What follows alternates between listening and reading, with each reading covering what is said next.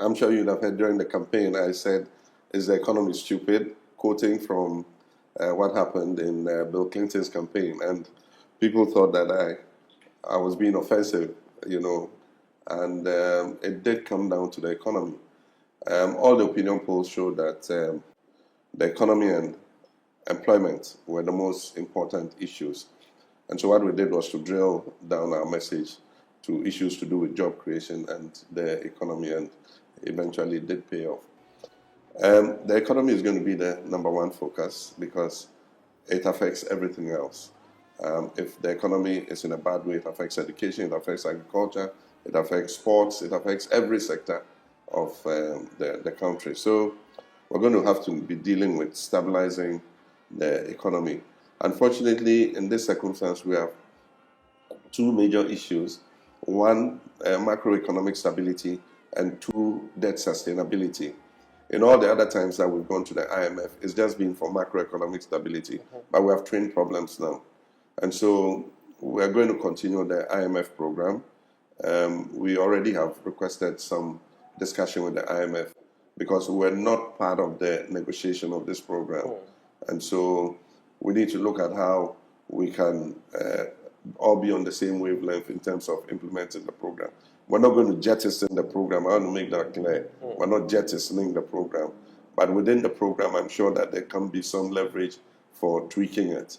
And so if we're able to reach that agreement, then we'll continue the program till it ends. What it means is that the budgets must align with the IMF program. So there's not much leverage in there for making the kind of radical reforms that you might immediately need to make. But we would accept the reforms that are being made under the IMF and deepen them when we have our own program after the current extended credit facility runs out. So far, so good. Bringing down inflation is number one priority. Stabilizing the currency is number two. Bringing the deficit down, cutting expenditure, increasing revenues. I mean, those are the things that we need to be looking at. One of the things that resonated with the young people was the 24-hour economy. Yes. Do you care explaining what that means for ordinary Ghanaians? 24-hour economy is not a new thing. It's being implemented in many countries. And so Ghana will not be the first to implement a 24-hour economy. What a 24-hour economy does is that you provide incentives to the private sector to be able to increase their production and increase the number of working hours and increase the number of employees. That is what it is. Let's move on to the next topic, unemployment. Every single young person I talk to, they talk about how there are no jobs. You know, job creation is not an event, it's a process.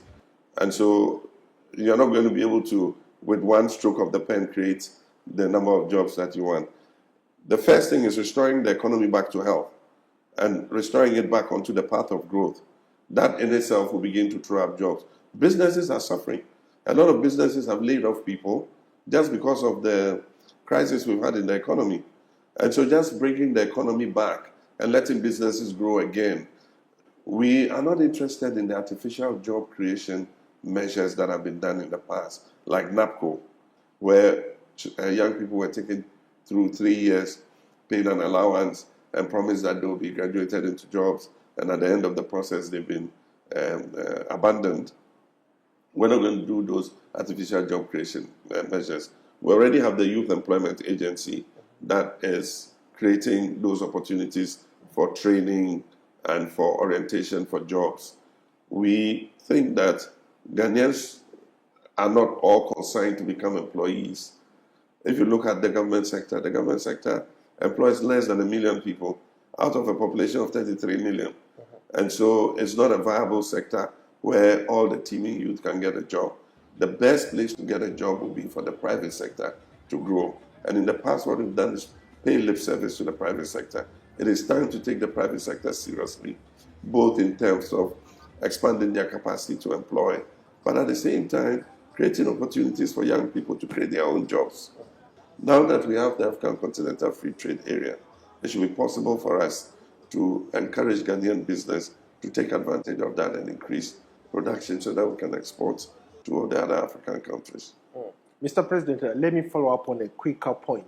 You talked about how you're going to help young people acquire employment. Yesterday, I ran into a young lady by the names of Penelope Brooke Thompson.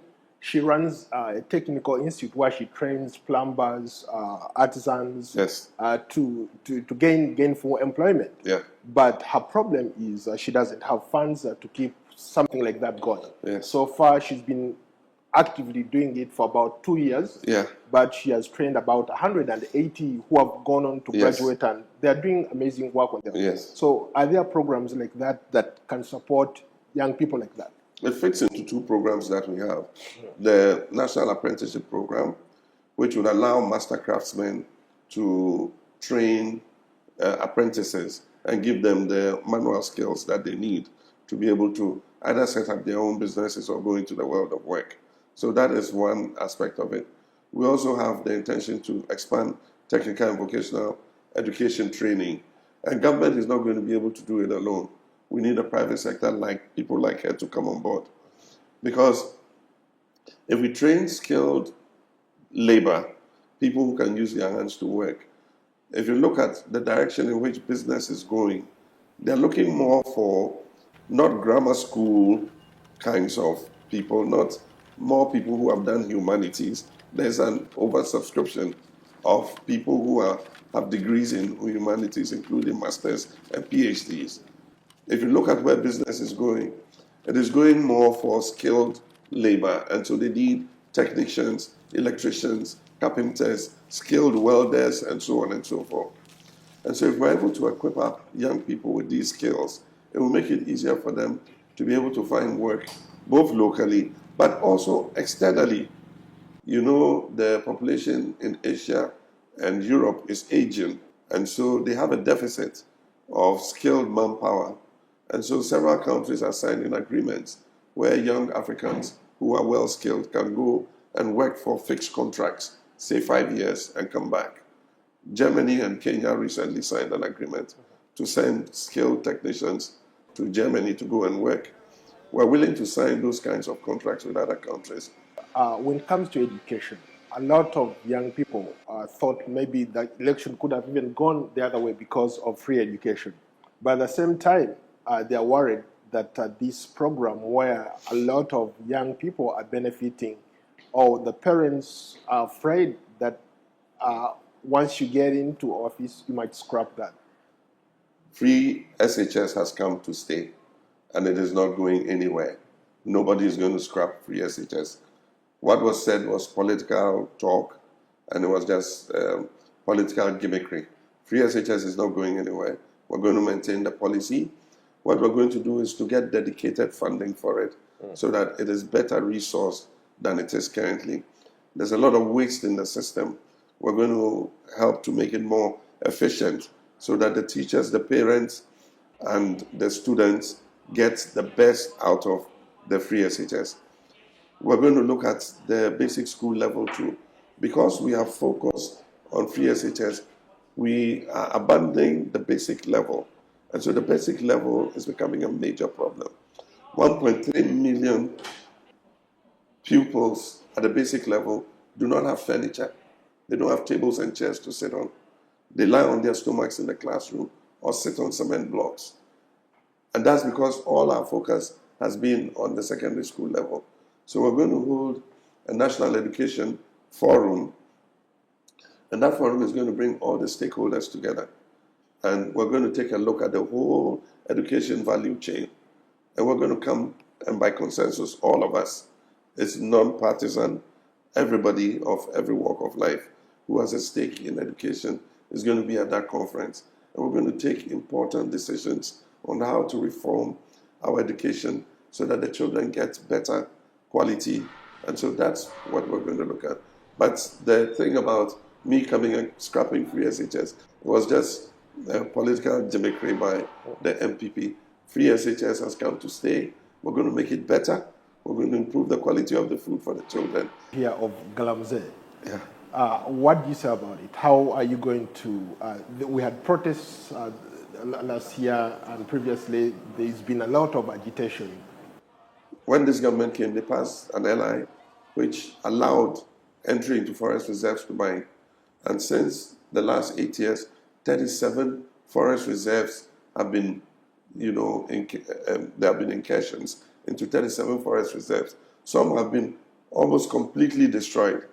And so the first thing is to stop mining in forest reserves.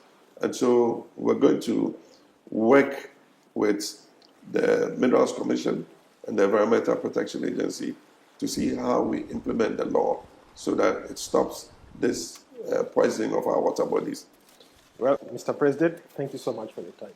Thank you so much. Yeah. Thank My you. regards to Congratulations. Shaka. Absolutely. Thank you so much. All right. Yeah. Thank you.